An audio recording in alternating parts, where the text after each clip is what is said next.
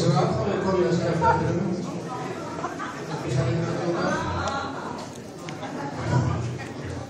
Nú, við erum fjallar Tryggva og Menntaskóla Sund og ég heiti Harry og þetta Guðmundur Pálsson og Guðmundur ætlar að sjá hér svona skemmtanri flytja þeir drápu og segja nokkur orð, bara gera sögum. Gefum Harra gott klapp.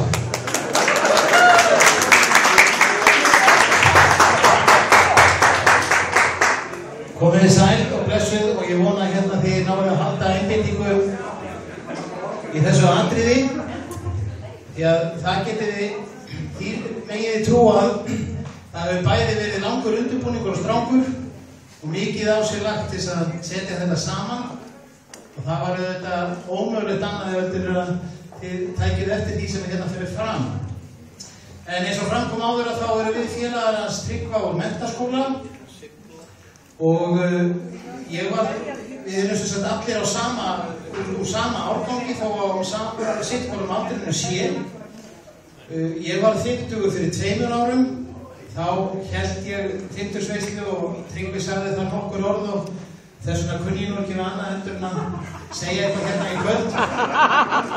Og varstu með skeggið? Stærri veisla og meiri. Já, en auðvitað getur náttúrulega fólk haft þetta eins og það vill. En ég þekkja misjafnlega mjög margt og skemmtilegu fólki. En þetta var nú tilefni þess að ég ætla nú ekkert að rifja upp þessi menntaskóla ár heldur gera það sem að hérna Harry bað mér að það er að flytja fyrir ykkur tónverk sem að Tryggvi samdi á menntaskólaárunum sem að heitir Óbyggð í eyðimörkinni. Og þetta var kannski geta sagnfræðinga framtíðarinnar túlka þetta sem einhvern undirbúning af þeirra þúsaldarverkefni sem að lukkaðist mjög vel og kona mér Ragnheiður Þóra þessi með myndavélina og sem klappa alltaf þegar tæki verið til starfaði í leikskóla og þekkti mjög vel. En þetta er sem sagt verk sem á þessu tíma var sem sagt Tryggvi mjög, þetta var á þessu tíma þegar sko munurinn á okkur þremur var aðalega að sá að Tryggvi þurfti ekki að vinna á sumrin. Foreldrar hans höfðu þá hugmynd að ef maður æfir sig nógu mikið þá gerist örugglega eitthvað. Þannig að hérna meðan við vorum í álverinu og malbygginu og þú veist svona gera það sem að ungir menn eiga að gera þá var hann heima að æfa sig. Þannig að hérna það var örugglega einhver svona þó ég skilji það ekki og hvað þá Harry þá var örugglega allski svona tilraunamennska í gangi og þetta sem sagt tónverk kynnti hann fyrir okkur einhvern tímann þá höfðum við verið heima á Klefavegi og lágum allir á gólfinu og hann var að setja okkur inn í klassíska tónlist og spilaði Vorlótið sem er þess að tónverk, það er kannski ekki margir í músík hér og leiðir svona að ákveðinu, ég finnir þetta að sé mannátt og þegar maður lág þarna á gólfinu með þetta græjurnar í botni og búin að fá sér aðeins neðan í því en það voru við yfirleitt búinir í skólanum svona hálf 22 það var ekki frá því að maður skynjaði þetta ég allavega en ég ætla ekki að fara mörgum orðum með það ég veit að ég hafi margt saman að spjalla þannig ég ætla að hafa þetta stuði en verkið sem sagt sem ég ætla að flytja hérna heitir sem Óbyggð í eyðimörkinni lagið er eftir Tryggva Martein textinn eftir Sveinbjörn bróðir hans og þetta verk er samið sem sagt fyrir banjó barítónrödd og sandblástusvél það er nú einhverjir hérna í músíkgeiranum og þetta er svona sálkukúluvélar og reykvélar en sandblástusvél var þetta var einhver hugmynd frá Tryggva sem að hann reiknaði vantilega með að yrði bara í öðru hverju giggi en seinna meira þá skildi ég hvað hann átti við þegar ég sá hérna Lorenz Olivier í hérna eyðimerkur dæmum að það var þetta að ná einhverju fágætu fram sem að felst í þessu hljóði þegar sandur svona hvíslast yfir sandöldur. Og til viðbótar var þetta útsett fyrir hljóðfæri Theramín. En 1919 þá kemur fram rússnesku náungi sem að finnur upp fyrsta rafmagnshljóðfærið sem að hann hét sjálfur Theramín, eins og þið vitið, bara svo ég útskýri þetta sko. Ég heiti sko Guðmundur Pálsson og þá myndi sko hljóðfærið heita Pálsson því að hann var sem sagt Theramín. En þetta hljóðfæri þannig útbúið að þetta eina hljóðfæri sem að menn spila á þess beinilins að snerta þau. Líkist dálítið svona annarkvort skærri kvennarsröddu eða því sem að seinna hefur verið skilgreitt sem svona draugahjálp. Og ég hefði komið með Theramíni með mér, sko, hérna, ég vissi bara ekki að vera í rafmagn þetta. Þegar án þess ekki hægt að leita okkar hljóðfæri.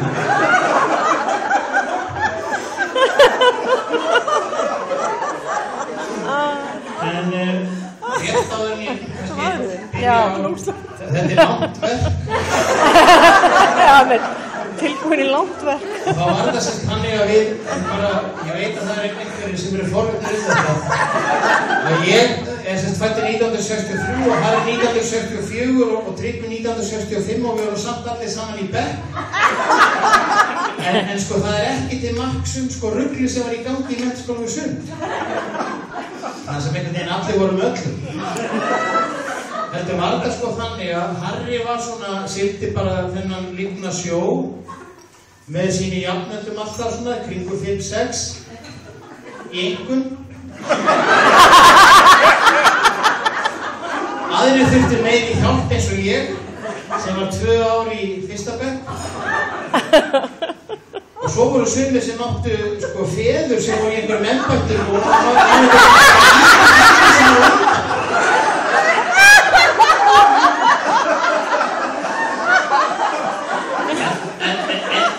ég verð að segja ykkur það, einn af kennurum okkar, það var einna fólk að syngja hérna, ég var reyndar út að reykja þá.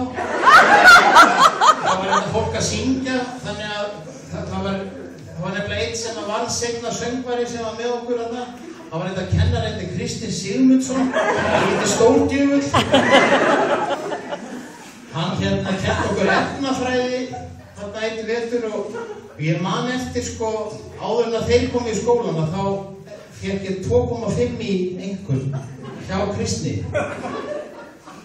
Og ég nú ekkert hitt hann síðan en ég hugsa oft með mér að það gott að við snérum okkur báðir einhverju öðru.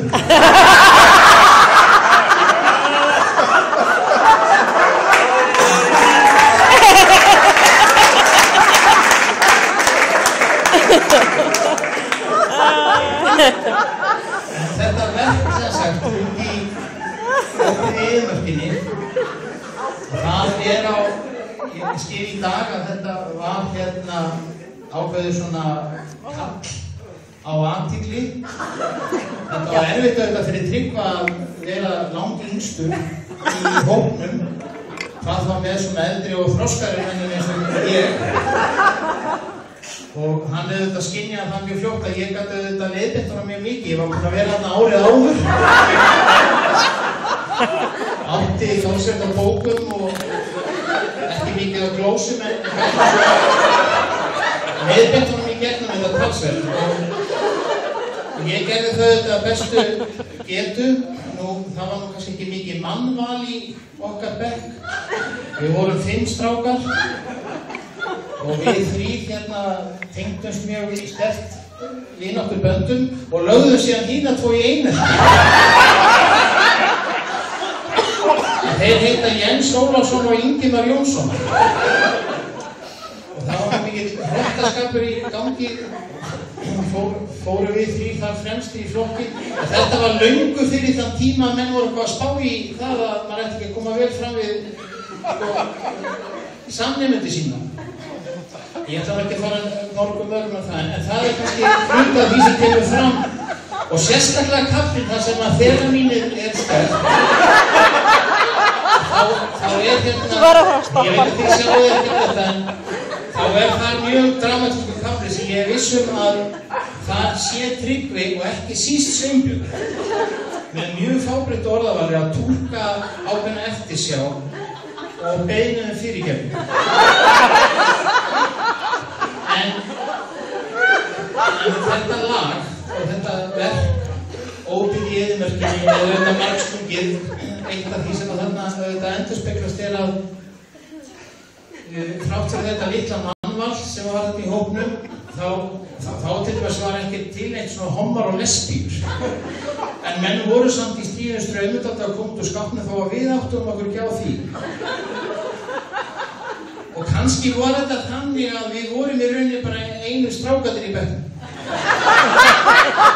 Eða við töldum okkur vera það.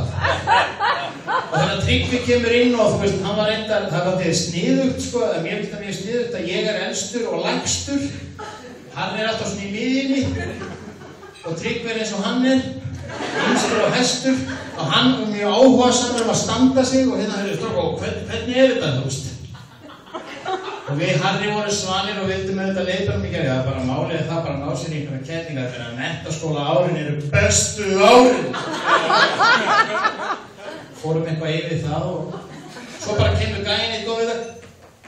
En að búinn! Hvað meinarðu? Þá hafði hann rokið eitthvað til, náð sér í konu miklu eldri en hann, búinn til bann og bara, og hvað næst?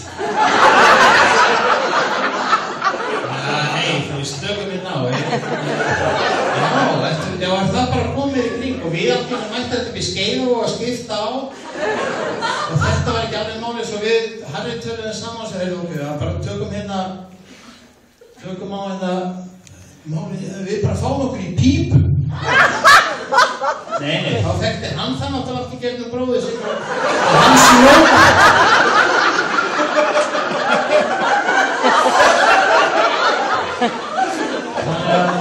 Allt þetta endurspeglar sko í þessu verki sem við erum að gera.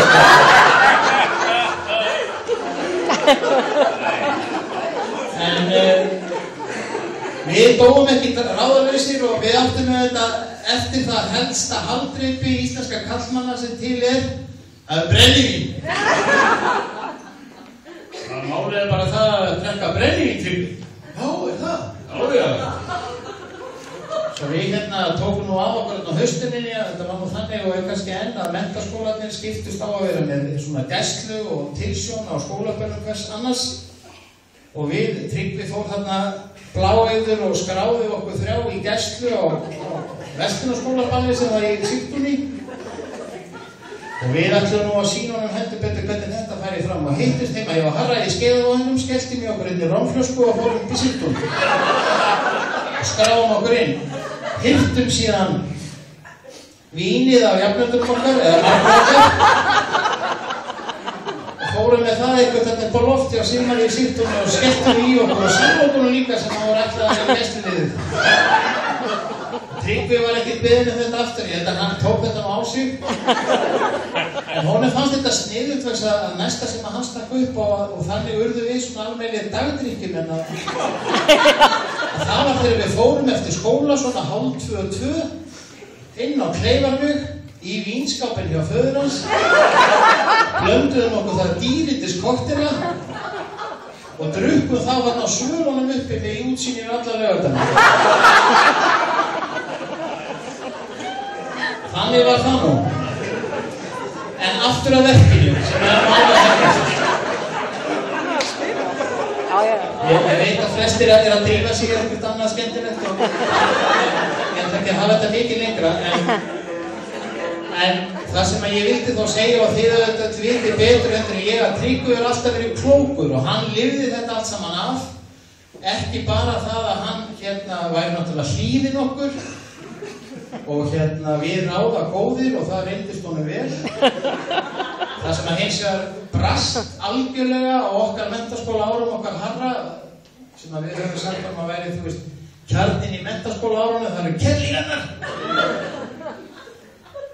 Það er ekki sem lofa því. Að það sem það gerist þetta að gaurinn bara fer með feril okkar með því að vera bara að koma með eiginkonum á höndina, fallega, sem ég á sumir tónlistarmönnum er kölluð sko tattoo. Ekki hún heldur þegar maður er með fallega konu á öxlinni, hendinni. Heldur fékk hann svo mikla athygli og samúð og aðdáun allra stúlknanna í skólanum. Æglandi dúlli. Það síðustu 3 ári voru ónýtt fyrir okkur harra. Þó svo að hann hefði gaukað á okkur einum og einum mólanum sem að viðkomandi kannski vildi síðan ekkert kannast við, að þá fór nú þessi á síðan og svona, og það var til þess að ég sjálfur persónulega gerði bara hlé á þessu dæmi og fór ekkert í skóla aftur fyrir bara núna fyrir stuttu síðan. Því ég gæti algjörlega verið laus við að Tryggvi væri þarna. En Tryggvi er alltaf verið klókur og hann hefur lifað af. Hann hefur til dæmis, eitt af því sem við kenndum honum við Harry var að það væri betra að vera stór fiskur í lítill tjörn heldur en lítill fiskur í stóri tjörn. Þetta fattaði Tryggvi og flutti þarna. Það er rétt vestan við Garðabæinn. Er svona place, vandræðasvæði. Það sem er nú lítið atvinnu að hafa og fábjörn mannlíf. Tryggvi fattaði það. Og hann fór í það krumma skuð. Og það drjúpa nú ekki gáðurnar af nokkrum manni.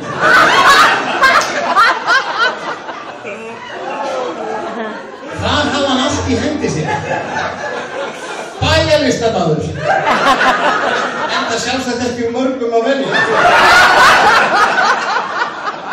Þjálfari íþróttaliðsins.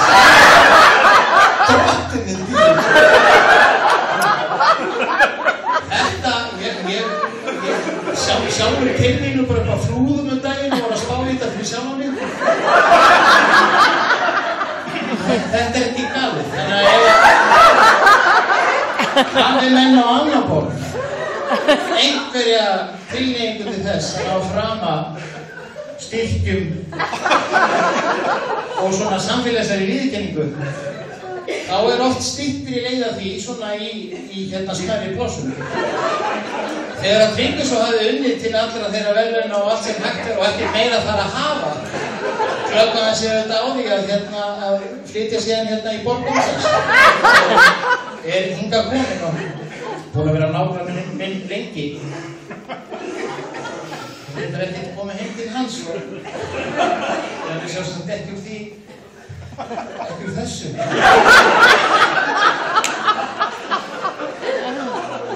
En ég verða, áður en ég flytt síðan eftir þessu, þá verð ég að segja ykkur frá því á þessum tíma þegar við Harry erum í malbygginu og basúka katt og vorum að æfa okkur að reykja sígarettur og svona, þá er þetta er dálítið langt síðan, ekkert rosalega langt, en á þessum tíma þá þótti það nú ekkert gæfuspor að ætla að verða tónlistarmaður. Og menn voru með svona brandara eins og hver er munurinn á tónlistarmanni og stórri pítsu? Jú, stór pítsa fæðir 4 manna fjölskyldu. Og hvað segir þú sér, hvernig myndir lýsa trommara í jakkafötum? Sakborningur. Þannig að þetta var alltaf þessum nótum, en Tryggvi var þessar að gæfa annað að vera bara að geta sinnt þessu af heilum krafti, og það er bara þannig eins og með, ég man ekki hvaðan þetta er gaurinn, ég las þetta einhvern tíma þegar ég var í barnaskóla, hann sat upp til tré, þegar svona sá í hvítun og augunum og féll eitthvað niður í hendina og ég held að vera gaurinn sem að fann upp þyngdarlögmálið eitthvað. Og mér fannst Tryggvi oft vera svona. Og bara ef þú gerir þetta nú oft og bara býður nú lengi, þá kemur örugglega eitthvað út úr því. Ef ekki, þá getur við gert eins og frændi minn. Hann hafði rosalega gaman að handbolta, en gat aldrei neitt, þannig að hann var dómari. Og áður fyrir var þetta þannig, og kannski ennþá mjög margir sem hafa rosalega mikinn áhuga á íþróttum en get ekki neitt, að þeir, verða þjálfarar og eru svona í kringum þetta. með eitthvað svona framan á vömbin eins og ég til þess að það sjáast ekki. Og kannski það þannig með hljó. Það leikarar, eða kennarar eða eru svona í bransanum. Veit ekki hvernig það sko. En nú ætla ég bið ykkur afsökunar að það tekið svona langa tíma, nú ætla ég að fletta þetta upp á og hefja þetta verk. Það heitir Ópi í eyðimörkinni, eins og fram hefur komið að þá er verkið eftir Tryggva Martin Baldursson, texti eftir Sveinbjörn bróðir hans. Og ég er samt að spá í, ef við erum að þelanín, fyrir þetta þelanín, þetta er svona tæki með tveimur loftnetum og því ég stjórna með höndunum og þess að snerta, ég var að spá í því ég vissi ekki að þessu rafmagni, að hvort að þið getur verið þelaníni fyrir mig, ég ætla ekki að leggja á ykkur að breyta neitt tónhæði, en hvort ég geti stýrt ykkur í styrk, eru menn til í það? Já. Þetta getur nú menn tekið betur undir, eru menn til í það? Já! Og þeir sem ekki eiga svona hljóðfæri eða þekkja ekki einhvern sem á svona hljóðfæri eða hafa ekki lesið þetta að þá bara östuð að þetta er svona eins og verður að gera svona nýðisvönd, hálf tennmansvönd. Ef að prófa saman, ef við gerum svona hérna kannski bara miðlungsstyrk og svo hækkum við og aftur niður í miðlungsstyrk og svo alveg hérna niður og svo myndum við gera þetta eins og Kjartan gerir, gaurinn hjá Svaninu held ég að sé sem minnir mig á það að ég þurfti að skila kveðju til Tryggva frá búningadeild verkalýðsins. Það er gott þú fann stjórnendabúningin eftir máli.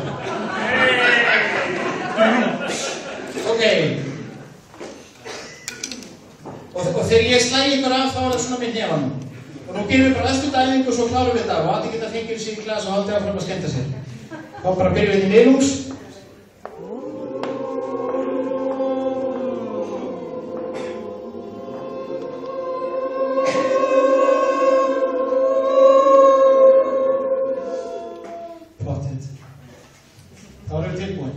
Gjörðu svo vel, Ópi í eyðimörkinni. Verkið annars verið í tvískiptum takti og hins vegar þrískiptum. Og það byrjað.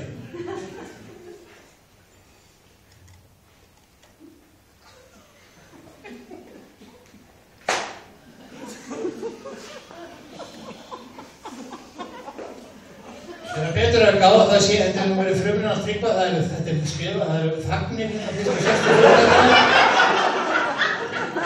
Þannig við bara til að stúta þessu og grípum við þetta niður í næstsíðasta kaflan.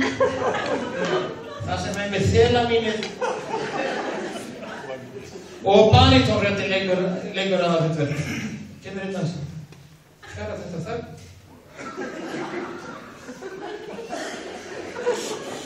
Þelamín